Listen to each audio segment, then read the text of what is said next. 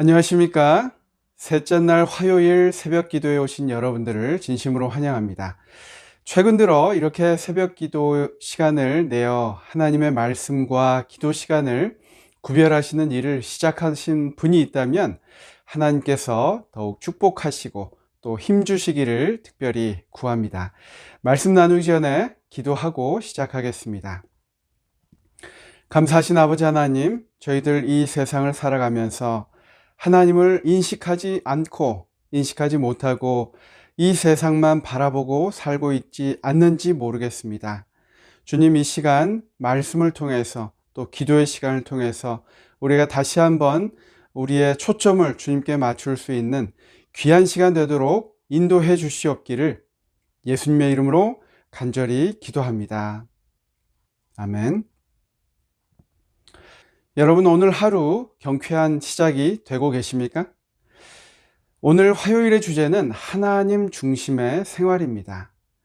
우리는 말씀을 보거나 설교를 들을 때 객관화된 단어들을 주관화시키는 연습이 필요한데, 오늘 주제 하나님 중심의 생활, 이 말을 개인적으로 어떤 단어로 바꾸어 내 삶에 적용할 수 있을까요? 여러분은 어떻게 생각하십니까?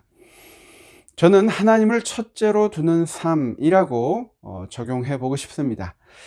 저는 잠깐 일반 직장을 다닐 수 있는 기회가 있었는데요. 여러 가지 일 중 참 힘든 것이 하나 있었습니다. 그것은 매주 각 부서의 이슈들과 또 논의사항을 모아서 전체 회의를 준비하는 일이었는데요. 7, 8개 되는 부서에 바쁘게 돌아가는 시간 속에서 그 안건들을 그 리더들에게 시간 내에 받아 정리하는 일은 정말로 힘든 일 중에 하나였습니다. 기간이 되어도 답변이 오지 않을 때는 직접 찾아가서 부탁하고 때로는 밤늦게까지 기다리기도 하였습니다. 그렇게 매주 늦는 저에게 회사 대표분이 이렇게 이야기했습니다. 모든 사람들은 바쁘고 자기 나름대로의 우선순위가 있기 때문에 당신이 보낸 이메일이나 부탁들을 쉽게 들어주지 않을 것입니다. 당신이 요청한 그 일이 그들에게 첫 번째 우선순위가 되도록 하지 않으면 이 문제는 결코 해결되지 않습니다. 그것을 고민해 보십시오. 참으로 경험 속에 우러나는 현명한 답변이었습니다. 세상은 나 자신의 우선순위에 따라 완전히 달라집니다. 여러분, 지금 세상은 너무나 바쁘고 복잡합니다. 무엇인가 분명히 휘둘려 살아가고는 있습니다. 그 속에서 중요한 것보다는 급한 것, 내가 좋아하는 것, 또 편한 것 등을 중심으로 살 때가 많습니다. 바쁘다고 좋은 것이 아니죠. 그것들을 정리할 필요가 있습니다. 교제 이야기처럼 어떤 사람들은 돈벌이를 중심으로 세상을 살고, 어떤 사람들은 운동이나 또 좋아하는 음악 또는 즐기는 것으로 그것을 중심으로 세상을 살아가고 있습니다. 나름대로 스트레스를 풀어야 한다는 명목 때문입니다. 이 시대의 키워드 중 하나인 욜로라는 말도 그 일부가 아닌가 생각됩니다. 우리가 사탄이 만들어 놓은 세상의 프레임에 빠져들 때 우리는 거기에 적응하며 살아남고자 그렇게 변해가는 것입니다. 하지만 요한계시록의 기별은 자기 중심주의의 속박에서 벗어나서 인생의 진정한 중심이신 하나님을 두려워하고 존경하며 영광을 돌리라고 호소하고 있습니다. 우리 성경 말씀을 찾아보도록 하겠습니다. 마태복음 6장 33절 말씀인데요. 우리가 아주 잘 아는 말씀입니다. 그런즉 너희는 먼저 그의 나라와 그의 의를 구하라. 그리하면 이 모든 것을 너희에게 더하시리라. 우리 인생의 목적은 무엇입니까? 바로 하나님을 발견하는 것입니다. 그보다 더 위대한 것이 어디에 있겠습니까? 하지만 우리는 자주 이 이사야의 표현처럼 양식이 아닌 것을 위하여 은을 달아주며 배부르게 하지 못할 것을 위하여 수고하고 있는 그런 곳에 빠져 살고 있지는 않습니까? 우리 모두 하나님을 또 하나님의 일을 첫 번째로 삼게 되시기 바랍니다. 그렇게 하지 않으면 문제는 해결되지 않습니다. 그리고 그렇게 할 때에 이 말씀처럼 이 모든 것을 너희에게 더할 것이라는 승리의 경험을 하게 되실 것입니다. 다음 성경절입니다. 골로새서 3장 1절로 2절 말씀인데요. 그러므로 너희가 그리스도와 함께 다시 살리심을 받았으면 위의 것을 찾으라. 거기는 그리스도께서 하나님 우편에 앉아 계시느니라. 2절입니다. 위의 것을 생각하고 땅의 것을 생각하지 말라. 여러분, 이 말씀처럼 당장 화려하고 전부처럼 보이는 썩어질 것을 추구하는 삶이 아니라 영원한 것을 찾게 되시기 바랍니다. 히브리서 12장 1절로 2절 말씀을 또 보겠습니다. 여기에 2절의 말씀처럼 믿음의 주요 또 온전케 하시는 이인 예수를 바라보자. 그는 그 앞에 있는 기쁨을 위하여 십자가를 참으사 부끄러움을 개의치 아니하시더니 하나님 보좌 우편에 앉으셨느니라 라고 이야기합니다.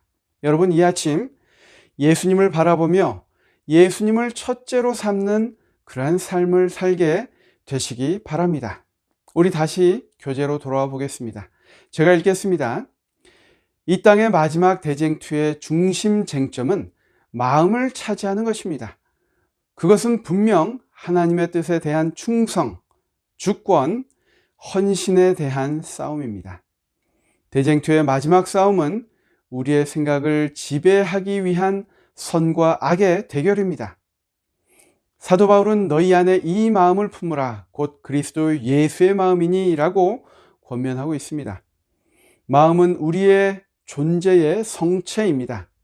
그것은 우리 행동의 원천입니다. 또 좀 더 세부적으로 이렇게 권면합니다. 빌립보서 2장 5절에 품으라 라는 권면은 그것을 허용하거나 선택하는 자발적인 의지의 행위를 이야기하고 있습니다. 그리스도의 마음을 갖기 위한 선택은 예수님이 우리의 마음을 영원한 사물들로 채우시고 우리의 생각을 형성하실 수 있게 허락하는 것입니다. 우리의 행동은 우리의 사고방식이 어디에 있는지 보여주고 있습니다. 하나님을 경외하는 것은 그분을 우리의 삶의 첫째 자리에 두는 것입니다. 하지만 중요합니다. 하지만 이것을 의식적으로 노력하지 않을 때 종종 타락하고 죄 많은 우리의 마음은 자연히 천한 것들, 즉 세상의 것들로 향한다는 것이 문제입니다. 그러므로 우리는 바울이 말했듯이 신성한 선물인 자유의지를 사용하여서 하늘의 것들을 생각하기로 의도적으로 또 신중하게 선택할 필요가 있습니다. 여러분, 하나님을 인생의 진정한 중심으로 삼으라는 것이 요한계시록의 기별입니다. 예수께서 영원한 사물로 우리의 마음을 채우도록 이 아침 우리의 마음을 주님께 의탁하고 간구하는 시간 되시기 간절히 바랍니다. 그러면 영감의 교훈 말씀을 읽고 오늘 공부를 마무리하도록 하겠습니다. 제목은 죄인이 마땅히 취해야 할 경건하고 두려워하는 태도입니다. 기도하는 시간과 장소는 하나님께서 그곳에 임하여 계심으로 거룩하다. 또한 태도가 경건하면 경외심이 더욱 깊어진다. 시편 기자는 여호와를 가리켜 그 이름이 거룩하고 지존하시다라고 하였고, 천사는 여호와의 이름을 부를 때 그 얼굴을 가린다. 그런즉 타락하고 죄 많은 우리 인간이 여호와의 이름을 말할 때 얼마나 경건하고 두려워하는 태도를 취하여야 하겠는가. 청년에게 보내는 기별에 있는 말씀입니다. 우리 이 아침 하나님 앞에 우리 경건한 마음으로 기도하는 시간을 갖겠습니다. 하나님을 경외하는 자는 자신의 삶의 최우선순위에 하나님을 놓고 그 중심으로 살아가는 사람들입니다. 우리 그 제목을 가지고 기도하겠습니다. 첫 번째는 하나님, 제 눈을 열어서 제 마음을 바르게 살펴볼 수 있도록 도와달라는, 그리고 무엇이 중요한지 깨닫게 해달라는 기도를 드리겠습니다. 두 번째는 성과 악의 대결에서 제 마음의 주인처럼 자리 잡은 이 자기 중심적인 것들을 내어보낼 수 있도록 주님께서 도와주시도록 우리 함께 기도하겠습니다. 우리 다 함께 기도하시고 내일 새벽에 또 뵙겠습니다. 감사합니다.